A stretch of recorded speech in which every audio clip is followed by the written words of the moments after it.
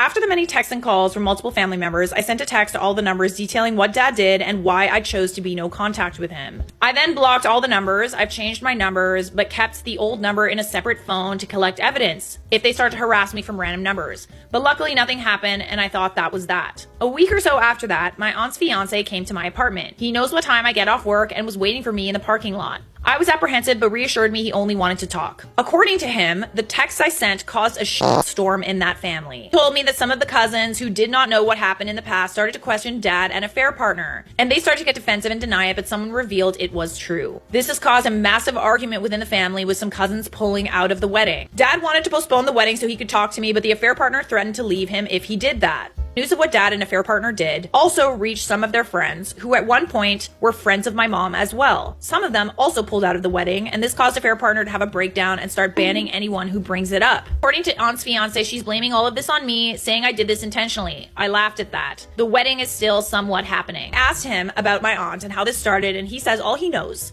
is that there was a conversation of how bad the family would look if I wasn't at the wedding. There it is. And my aunt offered to call me. He said he disagreed, but she did it anyway. He said he's only here because he felt I needed to know what happened. I thanked him, but I said I will be going no contact with her, and by extension him as well. He agreed, wished me well, and left. I'm not gonna lie and say I'm completely okay. I miss my aunt, I miss my mom, but I know what I did was the right thing. I'm currently staying with my girlfriend, and she's been cheering me up by coming up with absurd ways to ruin the wedding. As a lot of you said, I should try therapy, and I'm gonna take that advice. Some of the comments have made me realize I bottled up a lot of grief and anger. I'm super nervous about it, but I also feel it'll do me good. So once again, thank you for all your comments. Ciao.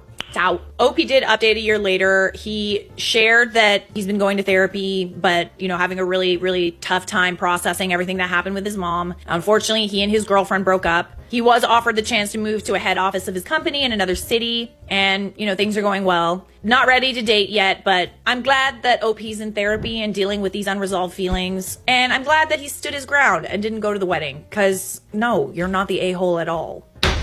The best of luck to them. I wish you well. In hell.